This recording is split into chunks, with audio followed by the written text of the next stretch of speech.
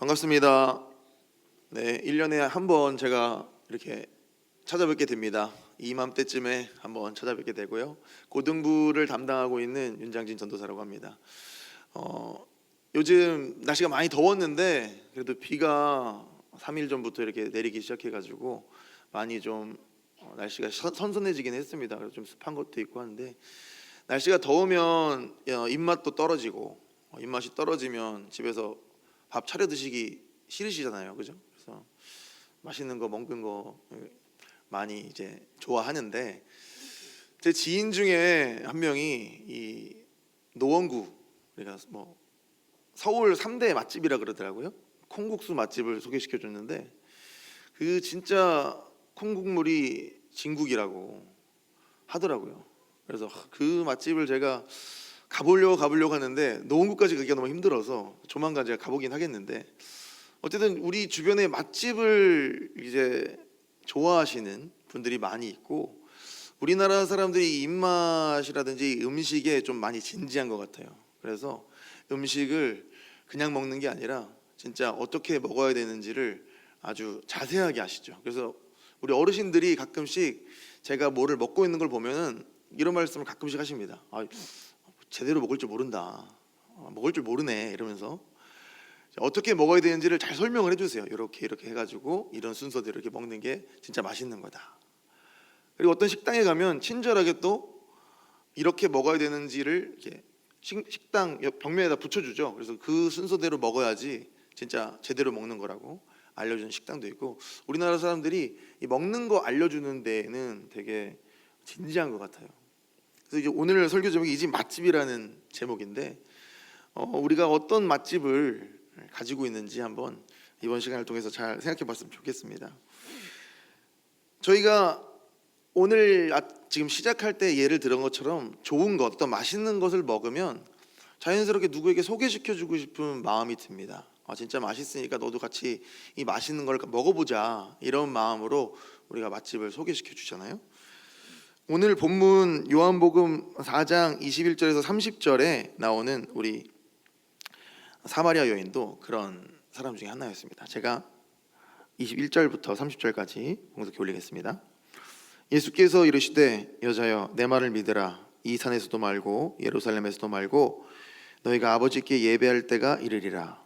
너희는 알지 못하는 것을 예배하고 우리는 아는 것을 예배하노니 이는 구원이 유대인에게서 남이라. 아버지께 참되게 예배하는 자들은 영과 진리로 예배할 때가 오나니 곧 이때라. 아버지께서는 자기에게 이렇게 예배하는 자를 찾으시느니라. 하나님은 영이시니 예배하는 자가 영과 진리로 예배할지니라. 여자가 이르되 메시아 곧 그리스도라 하는 이가 오실 줄을 내가 아노니 그가 오시면 모든 것을 우리에게 알려주시리이다. 예수께서 이르시되 내게 말하는 내가 그라 하시니라. 이때에 제자들이 돌아와서 예수께서 여자와 말씀하시는 것을 이상히 여겼으나 무엇을 구하시나이까 어찌하여 그와 말씀하시나이까 묻는 자 없더라. 여자가 물동이를 버려두고 동네로 들어가서 사람들에게 이르되 내가 행한 모든 일을 내게 말한 사람을 와서 보라. 이는 그리스도가 아니냐 하니 그들이 동네에 나와 예수께로 오더라. 아멘. 이 사마리아 여인이 예수님을 만나서 대화를 나눈 그 후에 우리 오늘 읽어본 본문 후반부에 마을 사람들에게로 달려가서 그 소식을 전하는 모습을 볼 수가 있습니다. 근데 오늘 이 요한복음 4장에 나오는 사마리아 여인에 대해서 좀 자세하게 살펴보면 이 사마리아 여인이 마을 사람들에게 복음을 전하는 것, 예수 그리스도를 전하는 것이 쉽지만은 않은 일이었다는 걸 알 수가 있습니다. 뭐 4장을 다 읽진 않았지만 읽어보시면 이 여인은 한낮 경우에 물을 기르러 갑니다. 보통 이때 중동 지방에서 물을 기를 때에는 아예 해가 뜨지 않는 오전이라든지 아니면 해가 좀 지고 나서의 저녁 때쯤에 물을 기르러 갑니다. 왜냐하면 너무 더우니까 일하기가 힘든 거죠. 근데 이 사마리아 여인은 정오에 혼자서 물을 뜨는 모습을 볼 수 있습니다. 이 이유는 예수님과 사마리아 여인 대화 안에서도 발견되는데요. 남편이 지금 현재 없지만 동거하는 남자가 있었고 5번이나 결혼했다가 이혼한 여자였기 때문에 이 사회에서 사람들에게 환영받지 못했던 사람이었습니다. 이 시대에 여자로 살아가는 것도 사실 정말 힘든 일이었어요.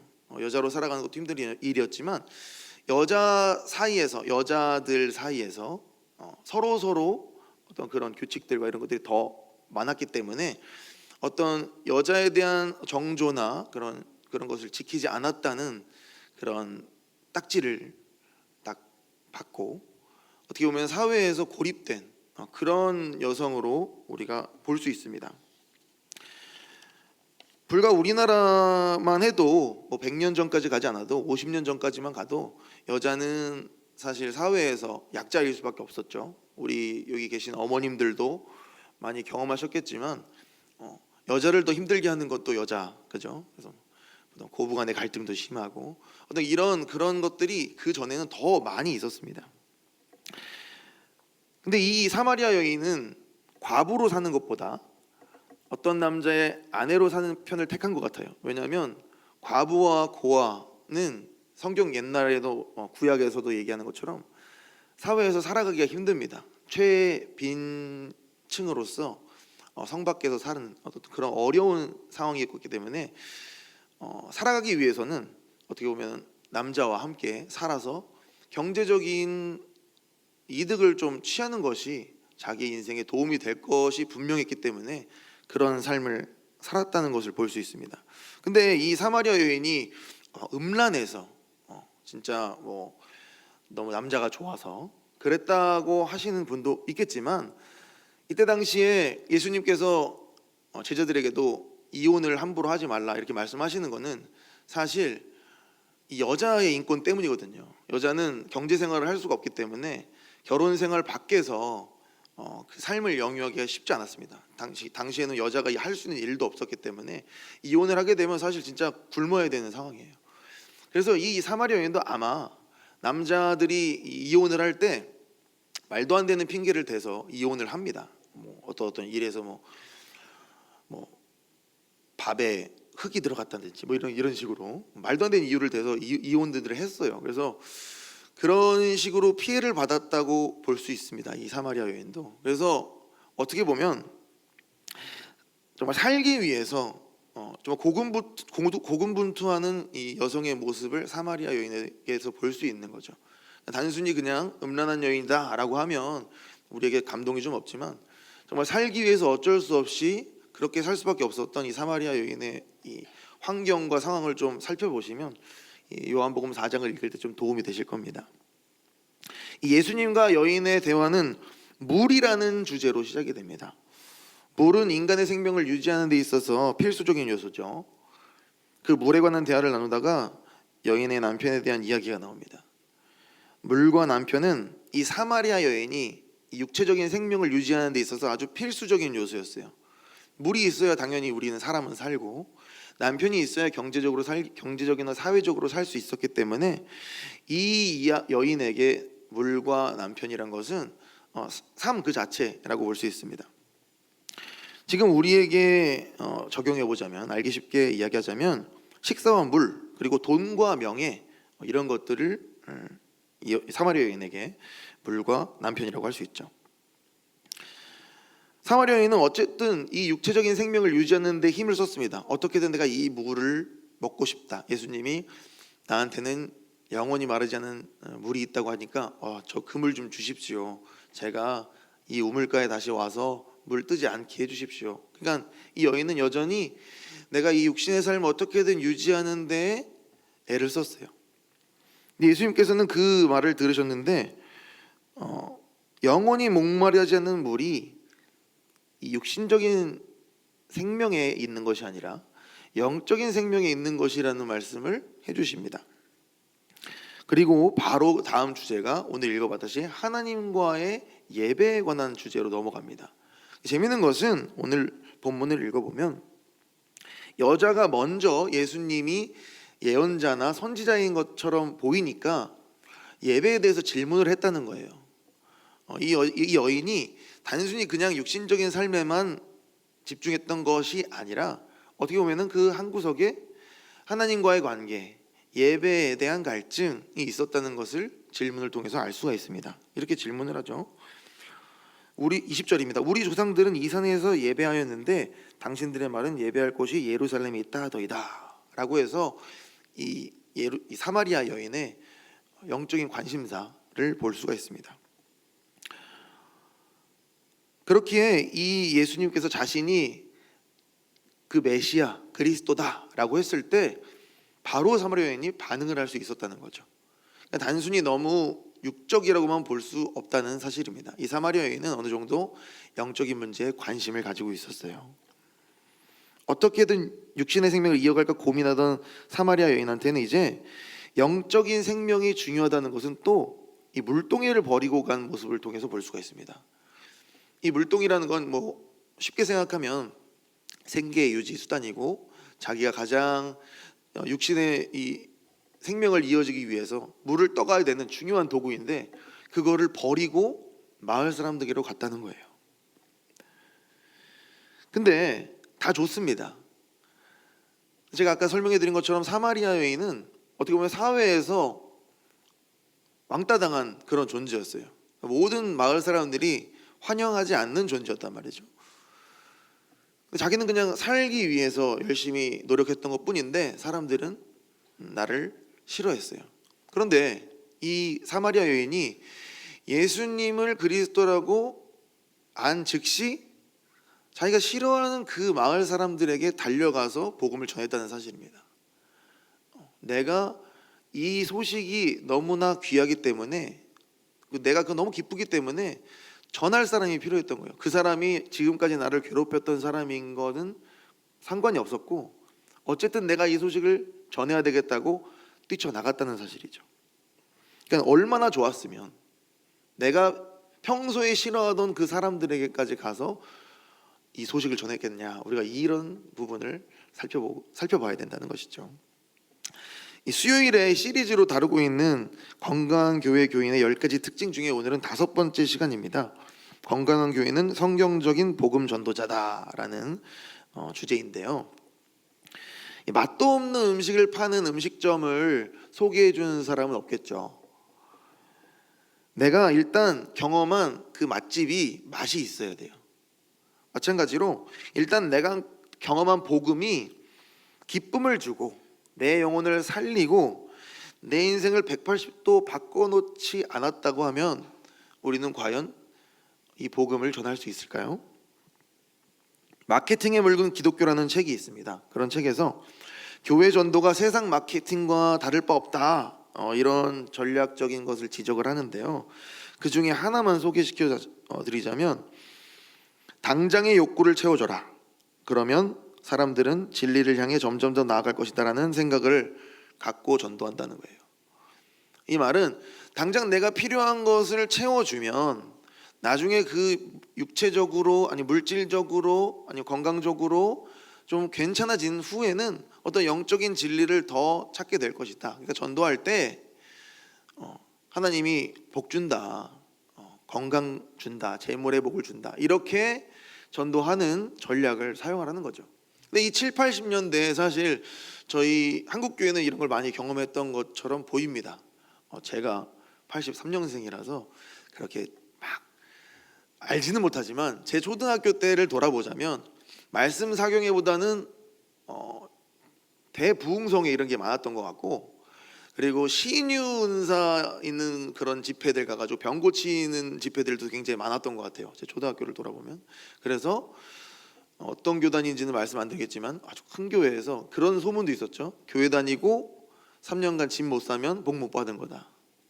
이런 말이 당시에는 많이 돌았어요. 그래서 물질 회복에 대해서 굉장한 이야기를 많이 했고 그리고 병 고치면 인사를 쫓아다니면서 병을 고치려는 사람도 많았습니다. 하지만 어떻습니까? 지금 21세기 우리 지금 현재를 돌아보면 그 과거에 했던 열매를 그대로 우리가 받고 있습니다. 교회는 신의를 잃었고 물질과 건강만을 쫓은 그런 교회의 모습 때문에 사회는 세상과 다를 바가 없다. 교회도 결국에는 돈만 밝히고 이 땅에서의 삶만 중요시하게 여긴다라는 평가를 받고 종교 중에 신뢰도 최하위를 기록하고 있죠. 현재 그게 저희의 지금 현실입니다. 당장의 욕구를 채우는 데 집중한 기독교는 결국엔 욕망의 도구로 전락을 한 거예요. 지난번에 이현주 목사님께서 설교한 그 업계에서 바로바로 이제 저기가 나와야 되는데 기독교는 바로바로 나오지 않으니까 오히려 바로바로 복을 주는 대로 찾아가는 그런 현상이 일어나는 거죠. 예수님께서도 사마리아 여인에게 당장 목마름을 없애주는 영원한 물을 주실 수도 있었을 겁니다. 예수님이 능력이 있으셨기 때문에 그러실 수 있었을 거예요. 왜 하지만 그렇지 않으셨을까요? 오히려 당장의 욕구를 채우고자 하는 사마리아 여인에게 예수님께서는 인간의 생명의 본질이 영혼의 문제이라는 것을 지적해 주시는 데 힘을 쓰셨습니다. 육적인 것에만 집중하고 있는 사마리아 여인에게 예배에 대해서, 영적인 것에 대해서 깨우쳐 주시려고 하신 모습을 오늘 본문에서 볼 수가 있죠. 교회에 오면 복 받는다, 병 낫는다, 행복하다, 좋습니다. 분명 하나님께서 물질의 축복도 주시고 건강도 회복시켜 주시고 병 고쳐 주십니다. 그리고 마음의 기쁨도 주십니다. 하지만 전도서에서 보면 우리가 기쁠 때도 있고 슬플 때도 있고 건강할 때도 있고 아플 때도 있고 우리의 삶은 항상 일정하지가 않죠. 하나님께서 재물을 주시다가도 없을 때도 있고 건강하다가도 아플 때도 있습니다. 아니 예수님을 잘 믿는 사람은 안 아픕니까? 예수님 잘 믿는 사람은 가난하지 않습니까? 그렇기 때문에 그런 식의 복음은 잘못된 복음이라는 거죠. 책에서 올바른 복음 전도에 대해서 이렇게 얘기하고 있습니다. 첫 번째, 하나님이 누구시고 인간은 누구인가? 죄는 무엇이고 예수님은 누구신가? 예수님이 죄에 대해 어떤 일을 하셨으며 우리가 예수님이 하신 것에 대해 어떤 일을 해야 하는가에 대한 진리를 제시하는 구체적인 내용이 있어야 한다. 두 번째, 하나님께로 인도하는 길이 수없이 많다는 개념을 거부하고 그리스도가 구원의 유일한 길이라는 개념을 포함해야 한다. 세 번째, 듣는 이에게 회개와 그리스도에 대한 믿음을 요구해야 한다. 그리고 책에서는 이렇게 얘기하고 있습니다. 성경적인 복음 전도는 그리스도가 죄인들을 위해 죽으셨다는 놀라운 소식을 전하는 것과 우리가 전하는 복음을 듣는 이들에게 회개하고 믿으라고 간청하는 것이다. 죄에 대해서 얘기하는 건 굉장히 껄끄럽죠. 전도 많이 해보셔서 알겠지만 사실 예수 믿으면 복 받는다, 건강해진다라고 얘기하는 게 전도하기 더 편해요. 좋은 거를 주신다고 해야 되니까. 하지만 올바른 복음 전도는 죄에 대해서 이야기해야 됩니다. 왜 우리가 죄인인지, 왜 인간은 죄인일 수밖에 없는지, 우리가 왜 고통을 받는지, 우리 마음 가운데 있는 그 죄 때문에 고통을 받고 있다는 사실을 어떻게 해서든 알려줘야 돼요. 예수님께서 사마리아 여인에게 해주셨던 것처럼 말이죠. 예수를 그리스도로 믿을 때 내 죄가 한 번에 사함받았기 때문에 더 이상 나의 죄에 대해서 생각할 필요가 없어진 건 아니잖아요. 복음이 우리에게 영원한 생수이고 기쁨인 것은 죄에 대해 부끄러워할 줄 알고 죄에 붙잡혀 내 욕심과 탐심에 붙잡혀 살지 않아도 되기 때문에 우리가 기쁜 겁니다. 세상 사람들은 돈에 매여서 살아요. 돈귀신에 들려 산단 말이죠. 그거에 얼마라도 더 벌기 위해서 빚을 져서 투자하는 젊은이들이 어떻게 보면은 우리 기성세대들에게 보고 배운 걸 그대로 하고 있는 것은 아닌가. 결국에는 인생의 최대의 목적은 돈을 많이 벌기 위함이고 돈을 많이 벌기 위한 것은 내 욕심을 채우기 위한 것. 결국 그 인생이 우리 인간의 인생 아니겠습니까? 하지만 우리는 거기서부터 자유로워졌다는 것이 복음이 우리에게 주는 기쁨이죠. 내 죄와 탐심의 종으로 사는 것이 아니라 하나님의 자녀로 양심의 자유를 누리며 살 수 있게 된 것입니다. 우리의 본성은 여전히 죄악으로 가득하지만 그리스도의 십자가 앞으로 나와 그 죄를 회개하며 씻을 수 있다는 그 기쁨, 죄의 습관에서 벗어날 때마다 날마다 새로워지는 그런 성화의 기쁨이 지금 우리에게 가득한지 다시 한번 살펴봐야 되겠습니다. 말씀을 정리하도록 하겠습니다. 이 집 맛집이야 라고 당당하게 추천해 줄 수 있는 이유는 그 집 음식이 맛있기 때문이죠. 우리가 가지고 있는 복음을 자신 있게 전할 수 있는 이유는 나에게 복음은 기쁨이기 때문입니다. 우리에게 복음은 기쁨입니까? 잠깐 있을 육신적인 이 육체의 욕망을 채우는데 하나님을 사용하고 있지는 않습니까? 육신적인 욕망을 채우는 건 복음이 아닙니다. 물질의 복, 건강 이런 건 복음의 목적이 아닙니다. 내 영혼을 죽이는 죄, 그 죄를 그리스도의 피로 말미암아 사함받고 그 영혼이 사는 것이 복음입니다. 하나님께서는 고린도후서 4장 16절에 이렇게 말씀하셨죠. 그러므로 우리가 낙심하지 아니하노니 우리의 겉사람은 낡아지나 우리의 속사람은 날로 새로워진다. 제가 운동을 좋아하기 때문에 체육인에 대한 비유를 많이 하거든요. 평소에도 체육인들은 은퇴를 하고 그 이후에는 그 종목에 대한 그 뭐라 그럴까 퍼포먼스, 그 종목을 그만큼 잘하지 못합니다.